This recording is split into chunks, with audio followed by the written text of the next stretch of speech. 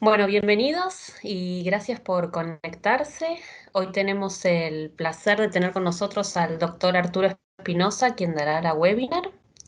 El doctor Espinosa es anatomopatólogo, a su vez es fundador y director del laboratorio Citolab desde 1985 y fundador y director del Laboratorio Central de Inmunohistoquímica desde 1997. Hoy nos va a dar una charla sobre su experiencia en realizar el test de HPV con genotipificación en un equipo automatizado. La presentación va a durar más o menos 45-50 minutos y después tendremos unos 15 minutos para las preguntas y respuestas. Les pedimos por favor que las preguntas las hagan al costadito en el chat y nosotros las iremos recolectando para abrir las preguntas al final de la charla del doctor. Les pido por favor, como decía la placa, si pueden mantener los micrófonos apagados y las cámaras apagadas durante la exposición del doctor y luego podemos prenderla si quieren hacerle la pregunta directamente, ¿sí? Bueno, muchísimas gracias y gracias, doctor, por haber aceptado. Voy a apagar mi cámara, ¿sí?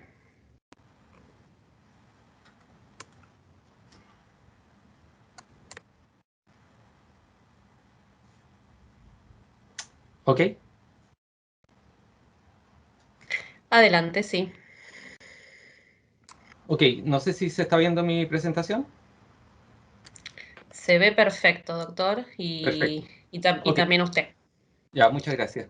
En primer lugar, quiero agradecer por la invitación que me hicieron de exponer este interesante tema y quiero dedicarle estos minutos de charla a mi maestro, el profesor Alfredo Dancén, que falleció en el 2002 y quien me enseñó a iniciarme en la ginecopatología y la citología. Siempre lo recuerdo cuando tocamos estos temas. Yo en realidad voy a exponer no como director del laboratorio Citolab, sino más bien como director del Laboratorio Central de Inmunistoquímica, porque es ahí donde estamos haciendo la técnica que vamos a presentar. Y me voy a tomar una licencia de algunos minutos para dar a conocer qué es lo que es el Laboratorio Central de Inmunistoquímica. Es una sociedad de profesionales, anatomopatólogos, sin fines de lucro, y que está constituida en este momento por alrededor de 50 anatomopatólogos. Este laboratorio le entrega servicios de inmunohistoquímica, histoquímica y patología molecular a alrededor de 180 patólogos en Chile. Hay que tener en cuenta que en Chile no alcanzamos a ser 300 anatomopatólogos, así que más del 60% de los patólogos usan los servicios del Laboratorio Central de Inmunohistoquímica. Este es un laboratorio que lo fundamos el año 97 y tenía ya 23 años. Y tenemos en este momento 285 anticuerpos primarios y hacemos, además de inmunohistoquímica, hoy en día patología molecular y tipificación viral, que es el tema en cuestión. Unas fotos para mostrarles el laboratorio de inmunistoquímica, que vuelvo a repetir, es un laboratorio sin fines de lucro. El único objetivo es dar a los propios socios patólogos y al resto de los patólogos nacionales el mejor servicio de inmunistoquímica posible. Ahí pueden ver los equipos automatizados de Ventana. Y el patrimonio de este laboratorio son los 285 anticuerpos primarios que afortunadamente logran cumplir con la mayor parte de las necesidades de inmunistoquímica de la rutina anatomopatológica en la mayoría de las especialidades. Hacemos también patología molecular con el sistema automatizado de IDILA y PAP en fase líquida con el sistema CurePath. Y por supuesto, genotipificación con la plataforma Viper de Becton Dickinson. Bueno, después de esta pequeña licencia, vamos a nuestro objetivo. Porque no hay que perder cuál es el objetivo. El objetivo no es el virus papiloma, ni la tipificación, ni la genotipificación. El objetivo es el cáncer de cuello uterino. Si no tuviéramos altas tasas de cáncer de cuello uterino en este momento, no se justificaría ni siquiera dar esta charla. Y desgraciadamente el cáncer de cuello uterino que nos convoca sigue siendo un problema actual. Es la pregunta que me hice cuando empecé a preparar esta charla. ¿Sigue siendo un problema actual que justifique el que tengamos que juntarnos y discutir este problema? Si es un problema actual, entonces necesitamos hacer una pesquisa, un tamizaje, un screening. Y lo haremos con Papa Nicolau, como lo venimos haciendo desde hace 50, 60 años. Lo haremos con tipificación, con ambos. Si finalmente nos decidimos hacerlo con tipificación de HPV, ¿qué sistema de tipificación deberíamos utilizar? Es algo que también desde hace más de 15 años nos venimos planteando nosotros como laboratorio. Con respecto a la primera pregunta, ¿es un problema actual? Definitivamente es un problema actual. Desgraciadamente es un problema actual. ¿Y por qué es un problema actual? Esto es muy, muy paradojal.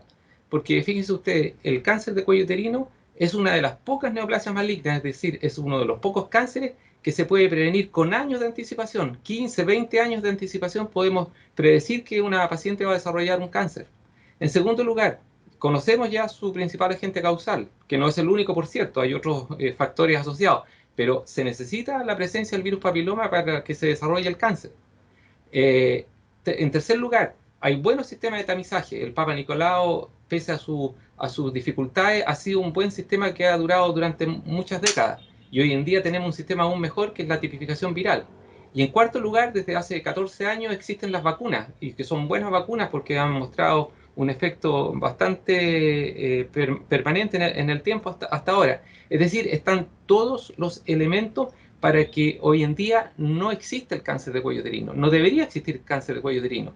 En cambio, ¿cuál es la realidad? La realidad es que todavía en el mundo, y especialmente en los países subdesarrollados, los países más pobres, el cáncer de cuello uterino, como se puede ver ahí, entre más oscuro es el color, más altas las tasas de incidencia, como ven en África, en Asia, en algunos países de América Latina, el cáncer sigue siendo un gran problema. Es una mini pandemia porque fíjese usted, en el año 2018, más de 500.000 de mujeres sufrieron de cáncer de cuello uterino. Y de ellas más de la mitad, 311.000 mujeres, fallecieron de esta enfermedad. Este año 2020, en Estados Unidos se calcula que se van a diagnosticar 13.800 nuevos cánceres de invasores de cuello uterino. Y de ellos un tercio, aproximadamente 4.290 mujeres, van a morir. Aquí en Chile, hoy en día, muere una mujer cada 12 horas, dos mujeres diarias, 600, 700 mujeres al año de esta enfermedad. Y en realidad, no debería morir ninguna, porque están todos los elementos como para prevenirlo, para diagnosticarlo a tiempo y para tratarlo en forma adecuada. Pero aún así, cada 12 horas fallece una mujer de cáncer de cuello uterino. En nuestra región de América, ustedes pueden ver la gran diferencia que hay de incidencia y de mortalidad de este cáncer dependiendo de la situación económica de cada país. Los países desarrollados como Estados Unidos y Canadá, afortunadamente han tenido buenos programas de pesquisa y buenos tratamientos, y la incidencia y la mortalidad son bajas. En cambio, en los países más pobres sigue siendo alta. Es decir, el cáncer de cuello uterino hoy en día es una enfermedad de los países más pobres, en vías de desarrollo o francamente subdesarrollados. Desde hace 50 años a la fecha, se comenzaron a desarrollar los programas de pesquisa, y los países desarrollados que han logrado hacer buenos programas han visto cómo ha ido descendiendo las tasas de mortalidad por este cáncer. En cambio, en nuestros países, los países de América Latina, los países más pobres, entre ellos está Chile, que ha tenido, si bien es cierto, un descenso, este no ha sido tan significativo como ha ocurrido en los países desarrollados, y en algunos países simplemente esto no ha ocurrido. ¿Qué tienen de común estos personajes que pongo en la pantalla? Son todos actores, ¿verdad? Eso dirían ustedes que tienen en común. Pues tienen algo más en común. Todos han sido afectados por el virus papiloma. Por el virus papiloma humano o por el HPV, las siglas en inglés. Estas actrices, Marcia Cross, de la serie Mujeres Desesperadas, Farrah Fawcett, tuvieron un cáncer anorrectal asociado al HPV. Yuri y Bárbara Mori, que es una actriz uruguaya mexicana, han tenido HPV asociado a la esfera ginecológica. Y Michael Douglas, por todo es conocido que él ha hecho pública la noticia de que el virus papiloma fue su causante del cáncer de laringe. Yo no sé por qué él está tan seguro, pero dice que así fue. Bueno, el virus papiloma no solamente afecta el cuello del útero, también afecta otros órganos que tienen mucosas similares a las del cuello del útero, porque este es un virus que penetra en los epitelios escamosos, que están en la mucosa oral, en el pene, vaginal, vulvar, anal, son todos epitelios muy similares, y este epitelio, en la capa basal de este epitelio, se penetra este virus y desarrolla el efecto oncogénico o tumoral. ¿Qué son estos virus? En realidad, estos virus que hoy día se conocen y se habla mucho de ellos porque son muy frecuentes, que son los que producen en su versión benigna las verrugas, y mucha gente tiene verrugas, producen los papilomas de la laringe, que también son benignos, etcétera, son una familia muy grande de virus, que son virus de DNA, de ácido desoxirribonucleico, que son genomas de doble hebra, y que tienen la particularidad de penetrar el núcleo de las células epiteliales escamosas. Es decir, ubican a estos epitelios escamosos, que son los epitelios de las mucosas, como es el epitelio que está en el labio, como el epitelio de las mucosas genitales. Y este virus tiene la codificación de los genes llamados tempranos, de las siglas early, E, de 1 a E8, y los genes tardíos, de en inglés late, L1, L2. Ahora, el L1, que es un gen tardío, es uno de los que encargados de producir las proteínas de la cápside. Y de aquí se saca la actividad antigénica que ha servido para preparar las vacunas y también para hacer algunos test de tipificación, como es el COAS, por ejemplo, que utiliza la antigenicidad del L1. Hoy en día se conoce que hay más de 200 subtipos de virus papiloma. Ahora, de estos 200 virus papiloma, aproximadamente 40 tienen la capacidad de infectar las mucosas. Y de esos 40, alrededor de 14 a 18 son los que tienen efecto oncogénico y son los llamados virus de alto riesgo, a diferencia de los otros, el resto de los 40 que infectan la piel y mucosa, pero usualmente no inducen una acción oncogénica cancerosa y se llaman virus de bajo riesgo.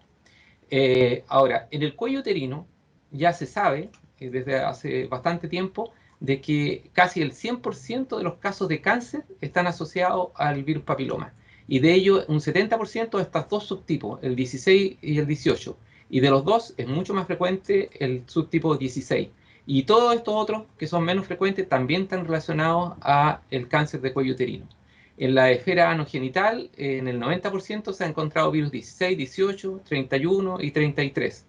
En cabeza y cuello, entre un 7 a 70% de los trabajos demuestran el virus 16-18.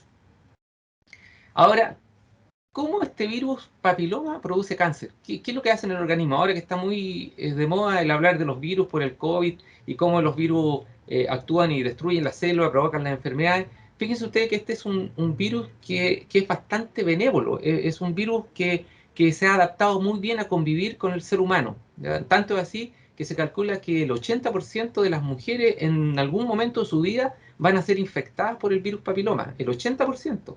Ahora, este es un virus que penetra a la mujer habitualmente en etapa joven, cuando la zona que infecta, que es la zona del útero, que se llama zona de transformación, está recién comenzando a producir gran cantidad de células, y este virus se mete en la capa basal de estas células y convive ahí sin matar la célula. No es un virus citolítico, no es un virus que destruya la célula, es un virus que se adapta al mecanismo de la célula, porque este es un virus que no tiene una capacidad de replicación propia. Es un virus que necesita el mecanismo reproductor de la célula para duplicarse. Por lo tanto, es un virus que necesita que la célula esté viva para él vivir. No mata la célula. Entonces es un virus que convive, no produce ningún efecto, es un virus que da una infección latente, subclínica, oportunista, que no produce mayores síntomas, y muchas mujeres van a tener la infección, va a durar algunos meses, se va, el organismo inmunitario la rechaza y nunca supo que tuvo el virus papiloma. Por lo tanto, es un virus que se dice que generalmente está en un estado de equilibrio con el huésped, a diferencia de otros virus que son citolíticos y destruyen la célula. Bueno, ¿por qué este virus produce cáncer? Porque en algunas pacientes este virus permanece en esa zona durante mucho tiempo, un año, 2 años o más incluso, y eso le da tiempo, especialmente cuando las cepas, o los tipos, perdón, los subtipos de virus son de alto riesgo, le da tiempo a estos virus de alto riesgo a dañar el mecanismo regulador de la producción, de la replicación celular. Y esto induce mutaciones y desarrolla el cáncer. Es decir, podemos afirmar que el cáncer invasor es la etapa final.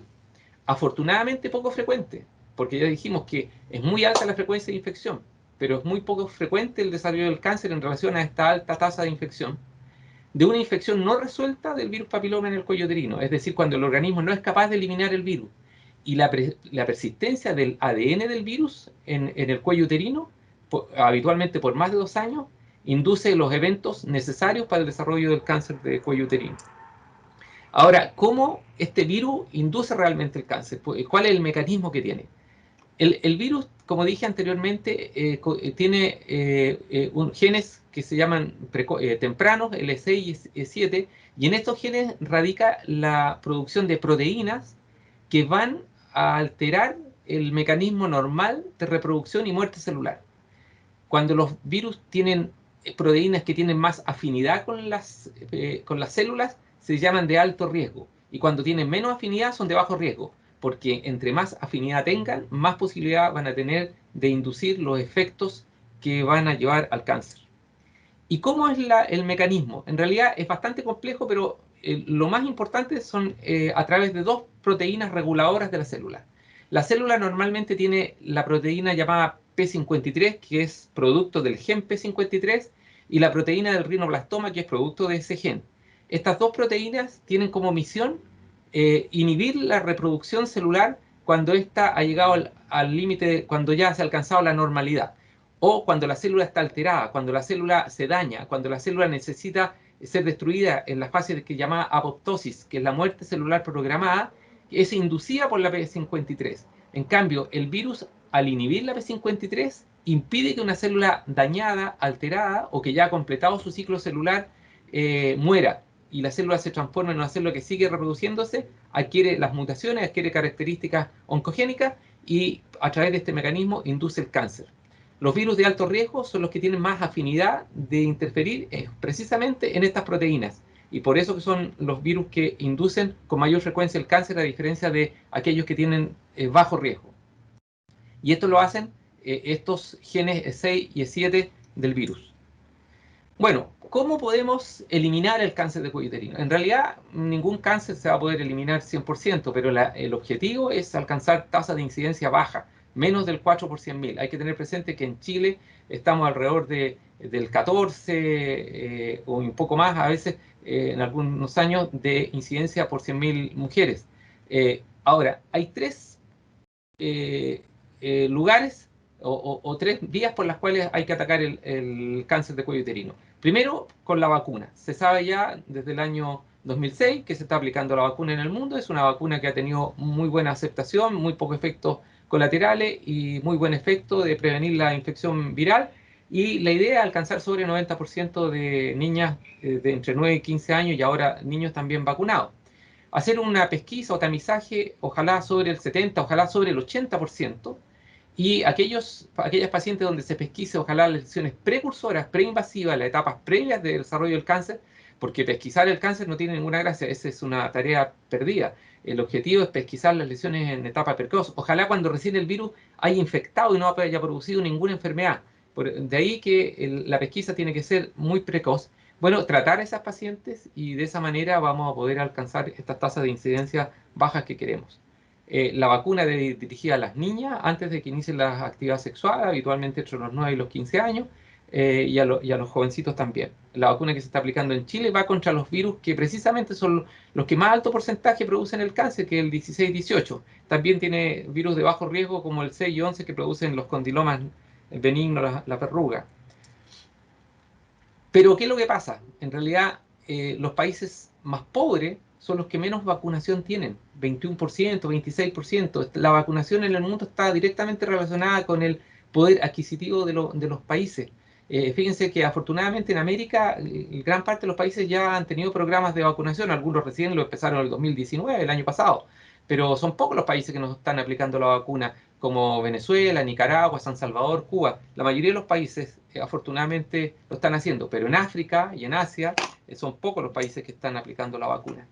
Por lo tanto, con respecto al primer cuestionamiento, ¿el cáncer de cuello uterino es un problema actual? Sí, es un gran problema actual. ¿Ya? El cáncer infiltrante, desgraciadamente, afecta a mujeres en promedio a los 50 años. Muchas mujeres son de 40 y tantos años, que están en etapa joven, con niños chicos, se interrumpa su vida normal, algunas van a fallecer, ¿no es cierto? Van a dejar niños pequeños, huérfanos. O sea, es un problema que afecta a la sociedad. No es como otros cánceres que afecta a los pacientes seniles, 80, 90 años, donde existe menos impacto social. Este es un cáncer que todavía las mujeres que lo padecen están en una etapa muy, muy útil para la sociedad, para ellos, para su familia. Sabemos que las vacunas podrían ser una solución, pero solamente llevamos 14 años de aplicación y podríamos decir que en nuestros países de América Latina son mucho menos años los que estamos aplicando la vacuna. Por lo tanto, tenemos que esperar 20, 30 años más para que estas vacunas, si es que se siguen aplicando con una alta tasa de porcentaje, lleguen a tener el efecto que queremos, que es prevenir esta enfermedad. Por lo tanto, hoy en día, como médicos, como profesionales de la salud, tenemos que enfocarnos en el diagnóstico precoz. El diagnóstico precoz sigue siendo un pilar fundamental para atacar esta enfermedad. ¿Qué significa diagnóstico precoz? Tamizaje, pesquisa, que es lo mismo que hacen con el coronavirus, ¿no es cierto? Buscar dónde está el virus en la población asintomática que anda caminando sin saber que está afectada por el virus papiloma. Hay que hacer pruebas a la población sana. Y eso es precisamente el tamizaje. Es una prueba que se le hace a la población asintomática para identificar individuos con una mayor probabilidad de tener la enfermedad y poder separarlos y tratarlos. O por último, observarlos. Bueno, ¿por qué estamos aquí reunidos a esta hora todos hablando de un tema de salud? Porque tenemos conciencia de lo que hacemos como profesionales de la salud tienen impacto en nuestros pacientes. Y a veces el impacto es tan grande que cambia el curso de la historia. Les voy a contar esta pequeña historia que cuando yo la conocí me impactó muchísimo, donde participan 5 grandes personajes. Por supuesto, el protagonista es Federico III, el Kaiser alemán, que logró gobernar solo 99 días a fines del siglo de los 1800. Rudolf Virchow, que es el más grande patólogo de todos los tiempos, es el padre de la anatomía patológica moderna. Los principios que se basan en la anatomía patológica hoy en día los dio Virchow con su teoría celular. Y un patólogo contemporáneo, Virchow, solamente era 20 años más joven que él, Waldayer, que también brillante de su época, que lo conocemos porque algunos órganos llevan su nombre. Y estos otros 2 hombres que también famosos políticos y militares de esa época en Alemania, el mariscal Otto von Bismarck y Guillermo II, el hijo de Federico III. ¿Qué pasó con ellos?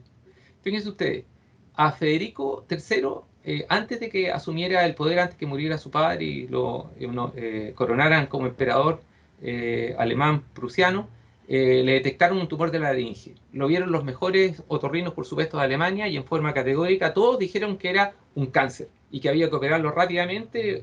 Era un cáncer pequeño, no estaba tan comprometido y podían hacerle una laringectomía parcial, pero recién en el acto operatorio iban a saber si iba a ser necesaria una laringectomía total. El problema es que la laringectomía total en esa época tenía un alto grado de mortalidad. Por lo tanto, cuando se enteró de esto, Bismarck, que era el mariscal, era el canciller en esa época, dijo que no podían operarlo así nomás sin pedir más opiniones y llamaron a distinguidos otorrinos de diferentes partes del mundo. Y uno de ellos, muy connotado, era Mackenzie, que era un otorrino inglés, lo examinó y dijo que era benigno, que no era cáncer, que no había que operarlo. Pero que para asegurarse, mejor que le hicieran una biopsia. Los otorrinos alemanes se indignaron, pero cuando dijeron que había que hacer una biopsia y que la biopsia le iba a ver Virchow, que era un patólogo pero reconocido, aceptaron y le sacaron la biopsia. Virchow la vio y dijo en forma categórica que era un papiloma benigno. Así que no lo operaron, no dejaron nada y siguió su curso, pero al poco tiempo recibió, tomaron una segunda biopsia, se la volvieron a mandar a Virchow, dijo nuevamente que era benigno, así pasó varias veces hasta que ya se coronó, empezó a tener, lo coronaron de emperador. Empezó a tener muchos problemas de disfonía y en unos ataques de ahogo y tos expulsó un tejido de aspecto tumoral. Ahí dijeron ya no se la vamos a mandar la biopsia a Virchow, se la vamos a mandar a Waldayer, y Waldayer dijo en forma categórica, esto es un cáncer de laringe que a esa altura ya era inoperable, y al poco tiempo, 99 días después de haberse coronado como emperador, Federico III murió y Virchow le hizo la autopsia y vio que tenía metástasis en los ganglios, etc. Gobernó solamente 99 días. Al fallecer su hijo, Guillermo II, asumió el poder, y este era un hombre que tenía problemas psicológicos, había nacido con un problema de un brazo y toda la vida tuvo un complejo y admiraba a su abuelo, que era militarista, era agresivo, se peleó con todos los gobernantes de Europa y finalmente, a raíz de la acción política diplomática de Guillermo II, que no le hacía caso a Bismarck, terminó con Alemania en la Primera y posteriormente la Segunda Guerra Mundial, y hoy día los historiadores dicen que si Virchow hubiese hecho un buen diagnóstico a Federico III, el mapa de Europa sería diferente. Esas son las consecuencias de nuestro diagnóstico. Bueno, ¿cómo hacemos el tamizaje? Papa Nicolau, tipificación. Este hombre, George Papanicolaou, fue el que describió la técnica y hoy en día, desde hace algunos años, tenemos esta otra posibilidad que es hacer tipificación. Papanicolaou era un médico griego. Se trasladó a Estados Unidos y en Estados Unidos comenzó a investigar sobre métodos para observar células vaginales, primero en animales, después en mujeres, y ahí encontró células malignas y describió la técnica en 1928. Una técnica que dice que ha salvado cientos de millones de vidas en el mundo desde que se está aplicando por ahí por la época de los 40, 50, comenzó a aplicarse en forma más masiva. Pasaron casi 20 años que no le creyeron a Papanicolaou que la técnica servía, él luchó muchísimo para poder introducirla y recién en los años 50 los tamizajes se hicieron masivos. Y a Papanicolaou nunca le dieron el premio Nobel. ¿Y saben por qué nunca le dieron el premio Nobel?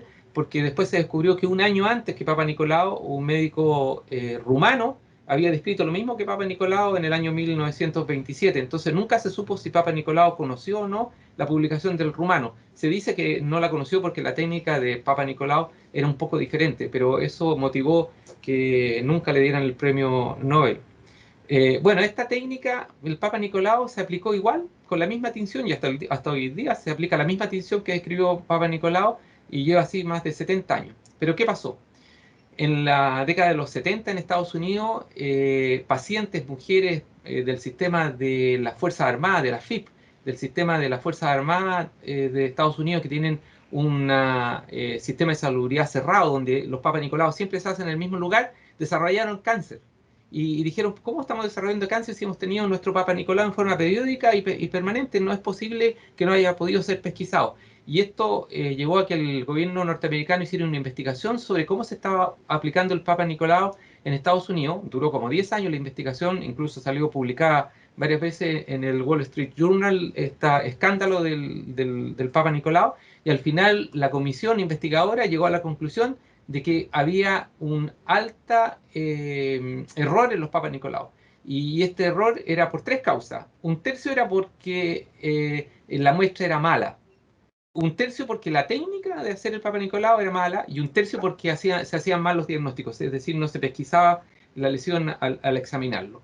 Y eso llevó a que se desarrollara un nuevo Papa Nicolau, que es el PAP líquido, donde la técnica se toma la muestra y se mete en un frasco y es una máquina la que hace el extendido, de tal manera que no se pierde la célula y la placa queda de forma más homogénea, y eso llevó a que mejorara un poco la nueva técnica del Papa Nicolau.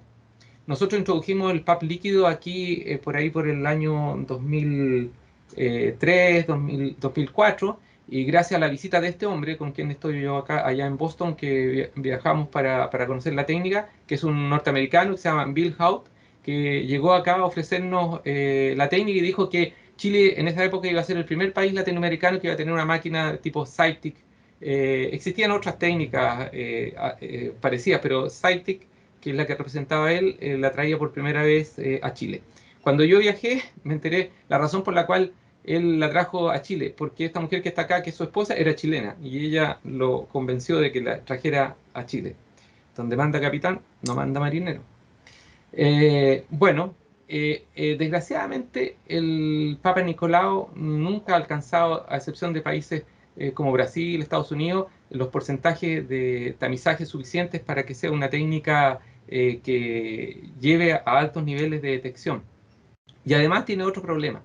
Un problema que por muchos años los patólogos lo conocíamos, pero nunca nos gusta hablar de lo mal que a veces se pueden hacer algunas cosas que hacemos, que pueden resultar algunas cosas que hacemos. Aunque yo hace ya 20 años que vengo señalando que el Papa Nicolau no tiene más de un 50% a nivel global de sensibilidad. Nosotros en el laboratorio calculamos que tenemos como un 70%, estamos bastante en buen nivel según nuestros propios estudios que hemos hecho, pero aún así hay un 30% y en el mundo un 50%. Pero aquí ocurrió algo catastrófico para nuestro país. La doctora Ferrecho, que es una distinguida médico chilena, ella hizo un estudio que llevó a que en Chile la sensibilidad del Papa Nicolau alcanzó un 34%, incluso hay para algunas lesiones un 22% solamente de sensibilidad. y en el mundo el promedio es 65-62% versus lo que significa hacer el tamizaje con HPV. Entonces hay una gran diferencia lo que es hacer tamizaje con Papa Nicolau que con HPV. Este es el trabajo que publicó en el 2015 la doctora Ferrecho y obviamente hizo un estudio en 8.265 mujeres en el sector suroriente, en el sector de Puente Alto, y desgraciadamente en los casos de lesiones de alto grado, como NIE 2, NIE 3, el Papa Nicolau solo fue capaz de pesquisar un 22% versus 93% que lo hizo la tipificación, porque a estas mujeres simultáneamente con el Papa Nicolau le tomaron un test para HPV. Y vean ustedes la diferencia, 93% se pesquisó con HPV, 22% con el Papa Nicolau. Nosotros no estamos tan de acuerdo que sea el promedio nacional ese 22%, solamente está reflejando lo que ocurre en cierta población de Santiago, donde probablemente hay algunas deficiencias técnicas que no son la media, pero tenemos que tener presente que más de un 50% de sensibilidad no tiene en promedio el Papa Nicolau, versus sobre un 90% que tiene la tipificación. Yo participé en un trabajo en el año 2008-2009, lo hicimos con un grupo cooperativo de varios centros, de varios hospitales de Santiago y Temuco, donde tomamos biopsias de cánceres, tacos de inclusión, tomamos los tacos de las biopsias, yo aporté, nosotros con nuestro laboratorio Citolab aportó con 50 casos, a los cuales en total recolectamos 312, a los cuales se le hizo una tipificación y se demostró que en el cáncer invasor, este es un trabajo que ha sido con bastante referencia, 94% se pesquisaron virus papiloma.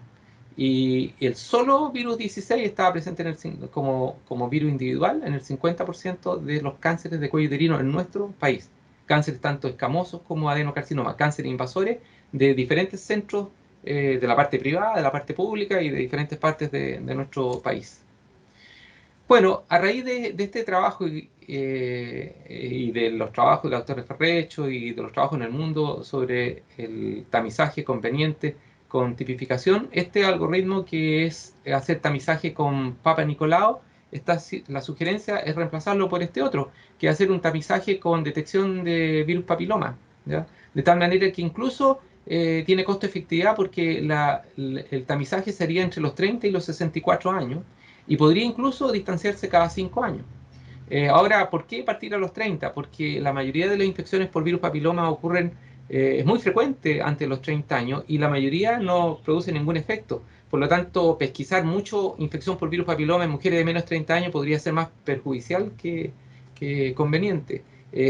Lo que yo recomiendo durante esa época es seguir con Papa Nicolau, porque si bien es cierto, las mujeres jóvenes tienen mucho HPV, el Papa Nicolau va a pesquisar aquellas que además tengan un efecto citopático del virus, como son las lesiones neoplasias intraepiteliales.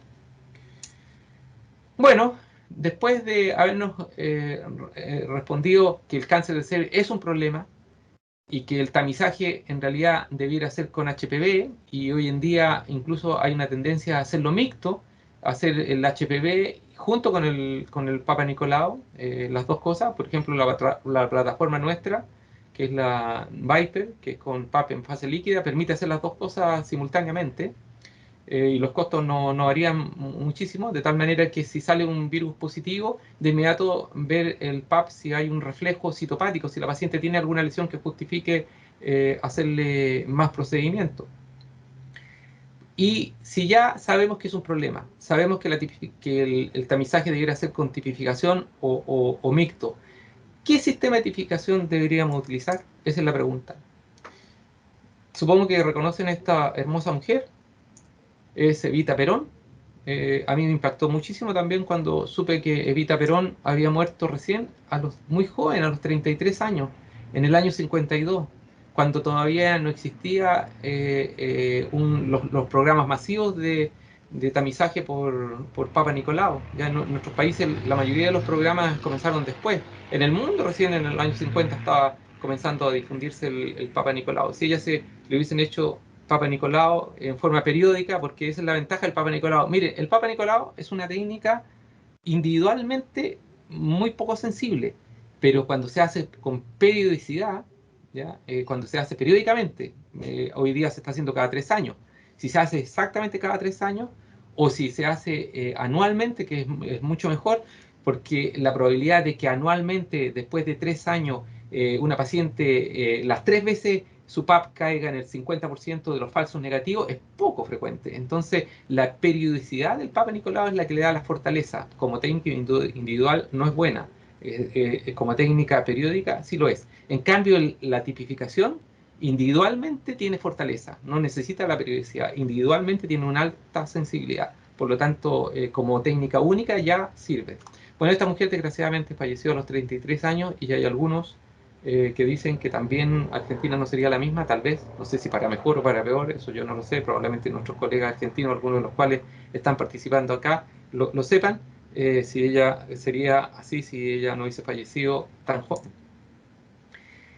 Para decidir qué técnica, tenemos que hacernos muchas preguntas, ¿ya? ¿Qué virus detectan las pruebas? ¿Cómo es la presentación de los resultados? ¿Cuáles son los requerimientos de insumos? ¿Qué equipos se necesitan? ¿Cuánto es el número mínimo de muestras que hay que correr en forma simultánea? ¿Cuánto toma el procesamiento? Etcétera. Son muchas las preguntas que tenemos que hacernos para decidir cuál técnica emplear. Hay un trabajo muy bueno del año 2017 de esta revista mexicana donde compararon las plataformas automatizadas para la genotipificación del virus. Y llegan a la conclusión siguiente, que se deben elegir solo las pruebas de VPH que tienen una validación clínica y aquellas autorizadas por agencias reguladoras como la FDA o la Comisión Europea. Hoy en día existen más de 100 técnicas, más de 100 técnicas, de las cuales obviamente las más importantes son la más conocida, la más usada es el COA, las técnicas de captura híbrida como el Digene y la técnica de Becton Dickinson en la plataforma Viter que es OnClarity. Estas técnicas, las más utilizadas y las que debiéramos nosotros emplear son aquellas que tienen amplificación y genotipificación.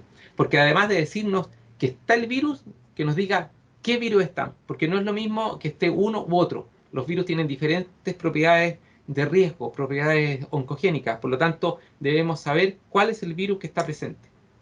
Afortunadamente, la mayoría de las técnicas tienen una alta sensibilidad, sobre el 90%. Aquí las más frecuentes, las más usadas, las que ustedes más habitualmente han oído en este último tiempo, que lejos la que más se usa en nuestro medio es la COVAS de Roche, es muy parecida a la que nosotros estamos utilizando, que es la técnica OnClarity con la plataforma Viper. Son muy parecidas, ambas son técnicas automatizadas y de genotipificación, pero tiene algunas diferencias. La plataforma Viper tiene más genotipos que el COAS. Y lo más importante que tiene la posibilidad de entregarnos información de virus en forma independiente. El COAS señala el 16, el 18 en forma independiente y después en un solo grupo todo el resto de los virus oncogénicos. En cambio, la plataforma Viper, además del 16 y 18, nos da información independiente del 31, 45, 51 y 52, y el resto, a su vez, lo separa en 3 grupos, de tal manera que tenemos más información sobre los subtipos.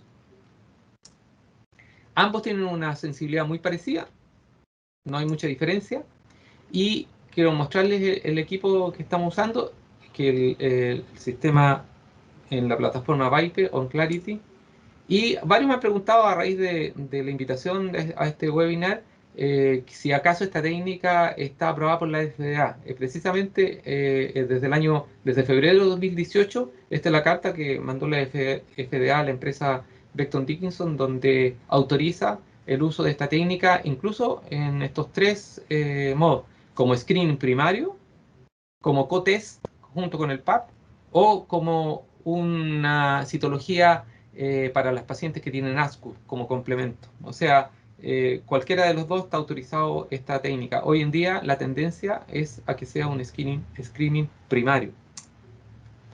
Ahora, como me han preguntado mucho, yo quise poner las diferencias que hay entre COVAS y la técnica de la plataforma Viper. El COVA son muy parecidas en cuanto a que son ambas técnicas de amplificación por PCR. ambas producen genotipificación, pero aquí hay una diferencia. El COAS detecta las proteínas del L1, del gen tardío, y a veces estas se enmascaran, no se visualizan, por lo tanto tienen un poquito menos de sensibilidad en la detección del virus, ya que la plataforma Viper amplifica las proteínas de los genes 6 y 7, las regiones, perdón, de los genes 6 y 7.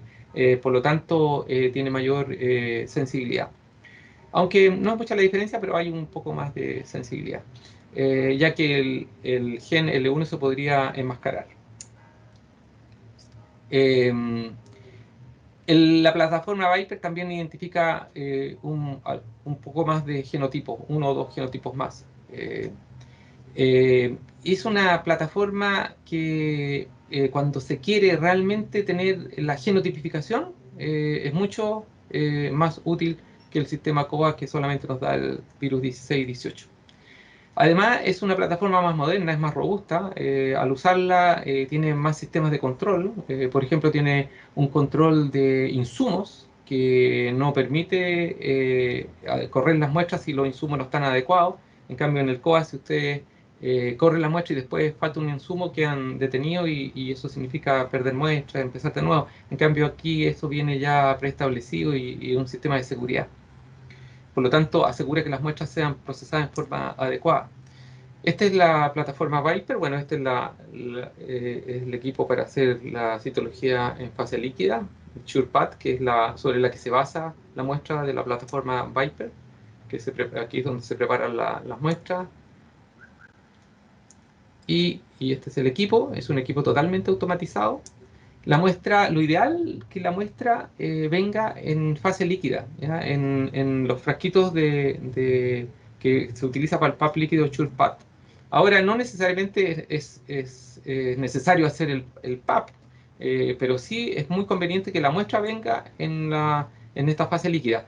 Aunque, aunque también se puede hacer la muestra con el método tradicional, que en la tórula nosotros hemos desarrollado en el laboratorio un sistema para captar el DNA desde esta otra muestra que no está en la fase líquida, pasarla a la fase líquida y después de ahí a nuestra plataforma Viper, y esto resulta perfectamente y de hecho hace poco salió un trabajo publicado que señala lo mismo que se puede hacer con este sistema. Pero la muestra con el frasquito de SurePath y utilizando este cepillo, la cantidad de DNA de célula es enorme y eso asegura que sean muy pocas las muestras que van a ser insuficientes. Este cepillo tiene ahí el manguito atornillado y este cepillo se introduce en el frasco que se provee. El ginecólogo toma la muestra, la matrona o quien corresponda toma la muestra e introduce en este frasco que viene diseñado con esta forma para dejar atrapado adentro la punta, la parte de la escobilla, se gira y se destornilla y así la escobilla con todas las células queda en el interior, no perdiéndose absolutamente nada. Es diferente cuando en el Papa Nicolau se pasa la escobilla en el portaobjeto y después se elimina eso y solamente un porcentaje que se calcula que es muy bajo de células se traspasan desde la escobilla o desde la tórula o de la espátula al portaobjeto. En cambio aquí nosotros nos aseguramos que el 100% de las células recolectadas con el cepillo quedan en nuestro frasco, de tal manera que un pequeño porcentaje de este líquido va a ser utilizado y va a quedar de reserva para hacerle un PAP o para poder repetir la muestra. Bueno, ya terminando y partiendo con el tema, ¿qué beneficios, para responder, tenemos de contar con un sistema automatizado de detección de HPV con genotipificación? Bueno, nosotros mejor que no, nadie lo sabemos, porque nosotros como laboratorio Citolab hemos desarrollado la técnica de tipificación manual, no automatizada desde hace varios años, y la hacemos, tenemos todavía los equipos ahí, pero es una técnica que, como toda técnica manual, requiere la preparación de reactivos, requiere una receta de aquí hasta el número 20. Todo esto hay que hacerlo en forma manual y todo esto lo hace el sistema Viper en forma automática. Es decir, es algo que no tiene ninguna comparación en cuanto a seguridad que hacerlo en forma automatizada. Después de preparar la muestra en forma manual, con todos los riesgos que eso corre, se lleva al sistema de amplificación, ¿no es cierto? Y Lo otro que es muy importante, a diferencia de los sistemas automatizados que entregan el resultado en forma automática, acá hay que interpretar las curvas y interpretar si está positivo o está negativo, lo cual también es un factor de menor rendimiento. Interpretar qué es lo positivo, qué es lo que no corresponde. En cambio, ¿qué pasa con el sistema Viper de Becton Dickinson? Todo es automático. Todo se ejecuta aquí en forma automática. Este equipo toma la muestra, la traslada, la calienta, rescata el DNA, etcétera, lo amplifica y lo lee. Y es todo muy simple. Se toma la muestra, se mete en el frasquito, se recibe en el laboratorio, se identifica, se hace el vortex para homogeneizar la muestra, se llevan a los frasquitos, se hace el precalentamiento y posteriormente se mete en el equipo y el equipo lo hace todo. Aquí cada una de estas estaciones va haciendo toda, desde la captura del DNA hasta la amplificación, la lectura e incluso el resultado lo emite en forma automática. No hay intervención humana en nada de esto. Emite el resultado, lee los controles, si los controles están positivos, están negativos como corresponde, lee los controles internos y valida el resultado, valida la muestra. Y nos entrega además en forma independiente los virus 16, 18, 45, 31, 51, 52 y estos tres subgrupos que incluyen la totalidad de los genotipos que entrega esta plataforma. En resumen, beneficio de contar con un sistema automatizado lejos. Tienen aprobación por la FDA y la Comisión Europea, aumenta la seguridad diagnóstica, tiene mayor sensibilidad y especificidad, mejor reproductibilidad de los exámenes, estandarización de los procesos, hay menor necesidad de acción humana, resultados son más rápidos, mayor número de exámenes simultáneos, reutilización de la muestra porque queda muestra guardada, especialmente cuando viene en el frasquito, incluso cuando no viene en el frasquito y la traspasamos también queda guardada en el frasquito, y los costos son acotados, y lo más importante que este sistema permite una adecuada diferenciación de genotipos en forma individual y en grupo. Y probablemente esta es una de las mayores fortalezas de nuestro sistema, que nos da todos estos grupos en forma independiente, todos estos virus en forma independiente y estos grupos, esta plataforma. ¿Y qué importancia tiene esto? Tiene muchísima importancia. Hay varios trabajos que señalan que hay algunos subtipos de virus que tienen mayor efecto oncogénico y tienen peor pronóstico. Aquí hay un trabajo brasileño donde se hizo la genotipificación en el cáncer y aquellas pacientes que tenían más de un tipo, y es importante saber si es uno o más de uno, y dependiendo del subtipo, tenían peor pronóstico que los que infectadas con otro subtipo. De tal manera que conocer el genotipo del virus que está participando en la lesión premaligna o maligna tiene mucha importancia para el pronóstico y el tratamiento de la paciente. Eso quería contarles. Si puedo contestar alguna de las preguntas que me hagan, con mayor agrado lo haré. Muchas gracias por la atención.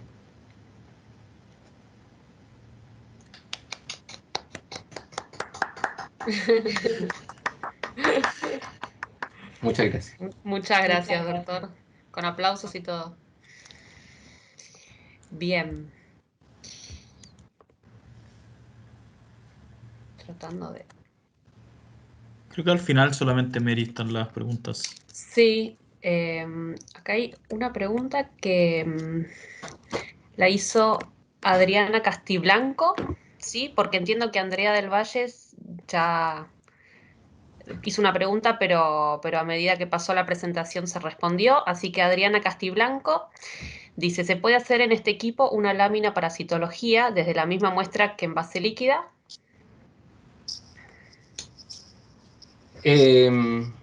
Una muestra para citología, un frotis, a ver, se puede hacer.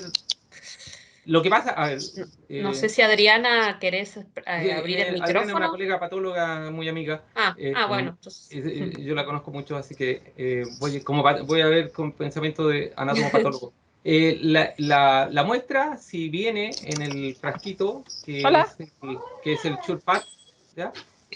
Bueno, ese frasquito permite hacer simultáneamente el frotis, que es parecido como lo que hacíamos en el Simprep, el frotis que es el frotis para leerlo en Papa Nicolau, y del mismo frasco se toma muestra para la plataforma Viper.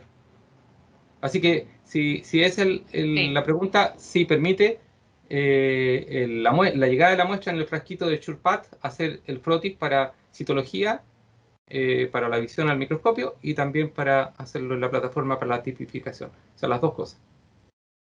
No sé si Adriana está ahí y le estoy respondiendo la pregunta. Hola, doctor, buenas noches. ¿Me Hola, escucha? Adriana, ¿qué tal? Sí, sí, por supuesto. Sí.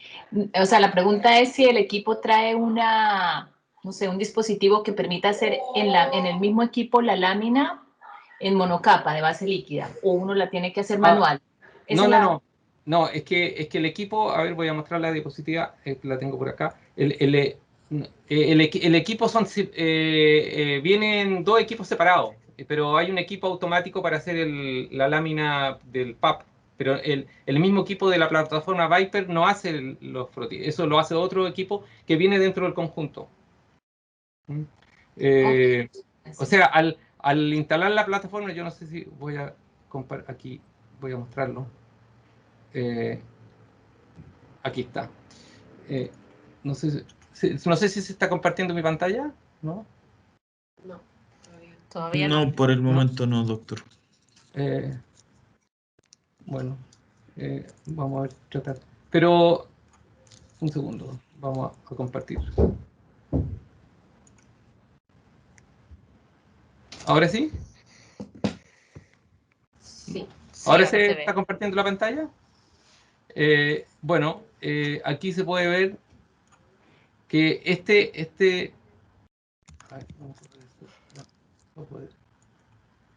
el equipo que hace el frotis. ¿Ya? Aquí se hace en forma automática el frotis para el PAP en líquida. El frasco es el mismo, el frasco se prepara acá y se hace el frotis aquí y de este lado hacia acá viene al Viper que hace la tipificación. O sea, este equipo no hace los frotis, lo hace este otro. No sé si Adriana, ahí está la respuesta. Sí, sí, esa era. Muchas gracias, Ya, doctor. de nada.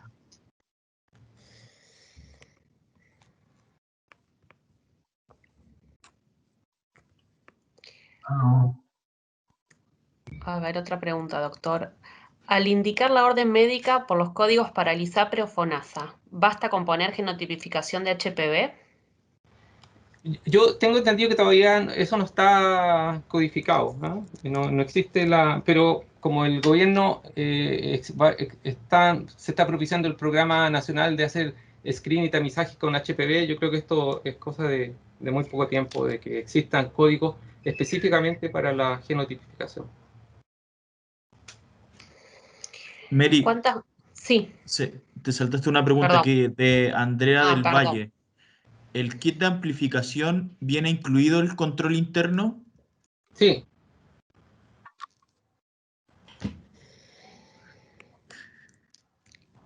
Ahí sí. Vos, Robert.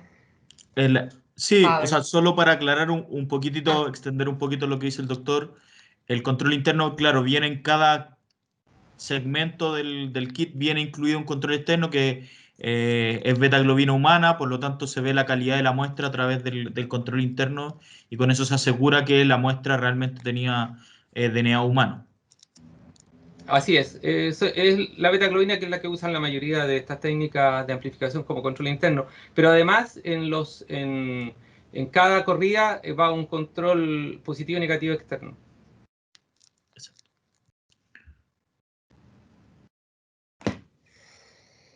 La siguiente es de Pablo, pregunta, ¿cuántas muestras se requieren para cargar el equipo? Nosotros estamos esperando juntar mínimo 15 en este momento, pero el equipo permite 30 y tantas. No recuerdo exactamente el número. Sí, como bien dice el doctor, o sea, permite desde 1 a 32 muestras. Si uno incluye los dos controles positivo y negativo externos, quedan en 30 muestras para una corrida. Eso sería el máximo, pero el mínimo puede ser desde una muestra. Lo ideal, como Claro. dice el doctor, es tratar de hacer igual Lo un que pasa es batch que de muestra para optimizar todos los reactivos, finalmente. exacto, y los controles, ¿no? Porque Exacto. si hacemos una sola, igual tenemos que poner un control, el control externo, que es positivo y negativo, ¿ya? Y eso tiene poco rendimiento. En realidad, estamos esperando un número mínimo. Pero en realidad, como son técnicas masivas que todavía no está masificado, por eso que no, posiblemente a veces no van completas las corridas. En realidad, a poco andar, estos equipos van a trabajar 2, 3 veces en el día. Incluso este equipo permite que mientras se está procesando una corrida, poder introducir otro set y continuar el proceso. Así que tiene bastante rendimiento en cuanto a número, porque el equipo Cobas, por ejemplo, corre muchas más muestras en forma simultánea. Pero acá podemos ir en forma secuencial poniendo más muestras. La siguiente es de Carlos, que dice, ¿qué opciones hay en Cytolab para tipificar en inclusiones de parafina? Tejidos. Muy buena pregunta porque la iba a mencionar y me olvidé de decirla, ¿ya? Porque si bien es cierto, lo ideal en este equipo es recibir la muestra en fase líquida, en este frasquito de Churpat. También tiene rendimiento y lo estamos haciendo en forma, como lo mencioné, en forma rutinaria, en los PAP habituales que vienen en la tórula o vienen en el cepillo, y captando la muestra. Y también ya se estandarizó, no en Cytolab, porque vuelvo a repetir, este equipo está instalado en el Laboratorio Central de Inmunistoquímica. Se estandarizó la técnica de sacar el DNA de los tacos de inclusión. Así que lo podemos hacer en biopsia. Podemos hacer lo mismo que se hace en el PAP con la genotipificación y todo, en muestras de biopsia. Y funciona sin problema.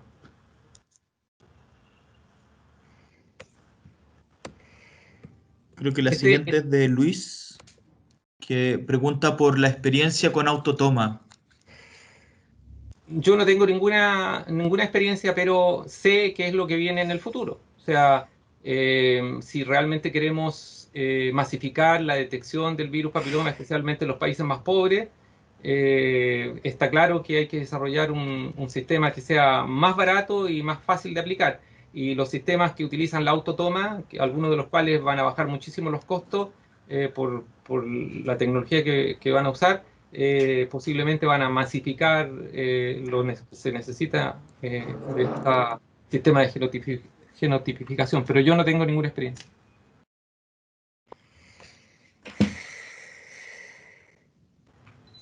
En términos de Becton Dickinson, se está trabajando en todo lo que es la validación del autotoma con un cepillo, con un par de cepillos particulares. Como dice el doctor, esto es un poco el futuro a lo que se va por el tema de ampliar el tamizaje y poderlo saber. Pero ya esperamos ya tenerlo listo bien para el tema del autotoma. Ya muy validado también en Viper muy prontamente. Sí. La siguiente pregunta es de Adriana Orozco, que creo que igual la ha contestado un poco el doctor, que dice, ¿se puede realizar genotipificación en muestras de PAP tomadas en lámina y no en citología líquida? Sí, pero no de la muestra de la lámina. No lo estamos haciendo así, sino que de la muestra que viene en el cepillo, ¿ah? Porque nosotros, por ejemplo, cuando hacíamos la tipificación en forma manual, que es la técnica que tenemos en Cytolab, o que teníamos, porque ahora usamos la técnica Viper, exigíamos que la tórula o el cepillo que mandábamos como toma de muestra se devolviera en el mismo celofán que donde se entregaba, se devolviera al laboratorio y de ese cepillo se sacan las células, pero no de la placa. Gracias. Marcela Figueroa pregunta, ¿el equipo para citología en fase líquida es completamente automatizado? No sé qué significa completamente automatizado, porque necesita una persona que lo opere, pero sí es como los sistemas automáticos que el equipo hace solo el froti, prepara la muestra, hace la suspensión, etcétera, y en ese sentido sí es automatizado. No es el sistema antiguo que había que hacerlo manual por decantación y tomar, y etcétera. Sí, en ese sentido sí es automatizado. Tania Quirós pregunta, ¿cuánto demora aproximadamente en preparar la lámina de citología en base líquida para que pueda ser analizada por el profesional? ¿Y cuánto demora en paralelo la tipificación?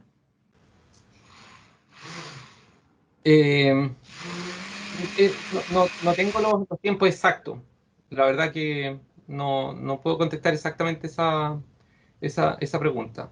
Eh, voy a contestarle y se las digo. Ustedes tal vez la Sí, sepan, porque en trabajan con términos generales siempre depende un poco el protocolo en la parte de citología porque depende si se tiñe o no o la cantidad de muestras que se desarrolla, pero es alrededor de 1 hora aproximadamente en el equipo de la preparación de láminas y la tipificación cuando uno se demora alrededor de 4 horas, 4 horas y media en tener la primera ronda de resultados. Como decía el doctor, el equipo permite esta carga continua, entonces yo después cada 2 horas voy sí, obteniendo nuevos resultados si es que tengo que hacer esa parte de tener muchas muestras corriendo en cada y momento. meter otro set. Exactamente. F. Serman pregunta, da las felicitaciones y gracias al doctor. Pensando en la masificación es importante el costo. Creo que ahí hay un problema con el PAP líquido, en definitiva con el envase. Por lo que creo muy importante lo que usted indicó, que se puede tomar la muestra con un buen cepillo que venga en el PAP convencional y no bajaría el rendimiento. Comentario del doctor Felipe Serman. Sí, tiene razón, pero en realidad esta plataforma es mucho más barata que las otras. El- eh, Ha hecho mucho más accesible el costo de la tipificación y del PAP líquido a las personas que de los sistemas de previsión, tanto ISAPRE como FONASA, porque igual al hacerla se puede hacer una parte del pago con el bono que corresponde al PAP y con el complemento que no es tanto, no voy a hablar de valores, pero les puedo decir que es muchísimo más económica de lo que se está cobrando por las otras plataformas. Y también el PAP líquido acá sale muy barato porque va incluido dentro del paquete, PAP líquido y tipificación. Ahora, el laboratorio entrega gratuitamente los frascos para la toma de la muestra, que van incluidos dentro del costo, siempre y cuando, claro, los frascos los refieran después al mismo laboratorio que se los entrega y no se vaya para otro lado. Pero eso se entrega en forma gratuita, de tal manera que no le aumente el costo ni al paciente ni al médico por el hecho de tener estos frascos a su disposición. Y quiero insistir que esta técnica está disponible en el Laboratorio Central de Inmunistoquímica, que es un laboratorio muy democrático porque en el cual tienen acceso gran cantidad de patólogos y que gran cantidad de médicos de todo Chile van a poder tener acceso a esta tecnología y de esa manera poder llegar a muchos pacientes con esta técnica que es buena y barata, porque es mucho más barata que la otra. Semusa preguntaba si se puede hacer de tejido procesado o desde un taco o de muestra líquida. Usted ya contestó esta Sí, pregunta, que sí, sí. que será habilitado. Tomás Newman hace un comentario también. Siendo el problema el costo, obviamente lo ideal sería PAP líquido y tipificación periódica, pero eso significa todavía un costo más alto. ¿Cuál sería el modelo más racional para nuestro país? No es así, mi amigo Tommy, que somos muy amigos. eh, Hay un estudio de costo-efectividad. Esta técnica se hace los periodos son más largos, se puede hacer cada 5 años, y el costo hoy en día, como ha bajado, como yo no he hablado de valores, pero después vas a ver cuánto es lo que cuesta la técnica, que le da un costo-efectividad bastante, o sea, en lo que significa mayor sensibilidad, que ya está previniendo muchas más enfermedades, que se puede hacer en tiempo más prolongado, que no requiere repetir muchas veces el examen. Al final, los estudios de costo-efectividad hacen que, en definitiva, el hacer la genotipificación incluso en otras plataformas que son más caras que esta, aún tienen costo-efectividad. Y en esta plataforma, mucho más aún. Así que, por lo que le sale a una paciente ir un día a la peluquería, se puede hacer una captación de HPV cada 5 años, lo cual es tremendamente barato. No vine a vender, pero tengo que decirlo. Gracias, doctor. Carolina Carrasco pregunta la estabilidad de la muestra en fase líquida para hacer posteriormente genotipificación. ¿Cuánto tiempo? No, es bastante estable, meses incluso. Sí, o sea, refrigerada la muestra dentro del tubo de Churpat dura hasta 6 meses sin ningún problema. Muchas felicitaciones le llegan de distintos Muchas gracias. usuarios. Y creo que esta es la última pregunta, que es, Luis, dentro de los medios de transporte, ¿hay experiencia en tubo seco con hisopo? Sí, sí, eso es lo que señalamos, que se puede perfectamente captar la célula y el DNA de muestras tomadas con tórula, hisopo, cepillo, que vengan secas, no hay problema. De hecho, para los que quieran utilizar esta plataforma y empezar a probarla, en este momento no necesitan tener el frasquito, pero para los que quieran usarla como corresponde, como la recomendamos, solicítenle a sus patólogos, soliciten con los médicos que trabajan en los lugares donde están trabajando. Esto no es una exposición para que tenga que mandar necesariamente a nosotros el examen. Esto está, vuelvo a repetir, en un laboratorio que no tiene fines de lucro, que es el Laboratorio Central de Inmunistoquímica, que está disponible para todos los patólogos que son socios, cualquiera de ellos lo puede hacer.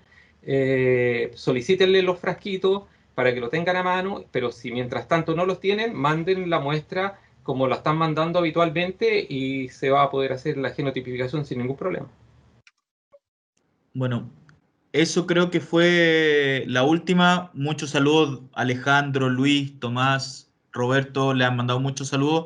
Muchas Nosotros gracias. también agradecerle desde Becton Dickinson, doctor, por la disposición de hacer esta presentación tan clara y súper expedita desde el conocimiento base hasta la implementación de la tecnología. Así que muy agradecido por su tiempo, por su presentación que estuvo muy clara. Y bueno, cualquier cosa, cualquier pregunta, están libres. Ahí hay una pequeña encuesta que pueden llenar para ver si es que tienen más preguntas. Les podemos hacer también llegar la respuesta posteriormente.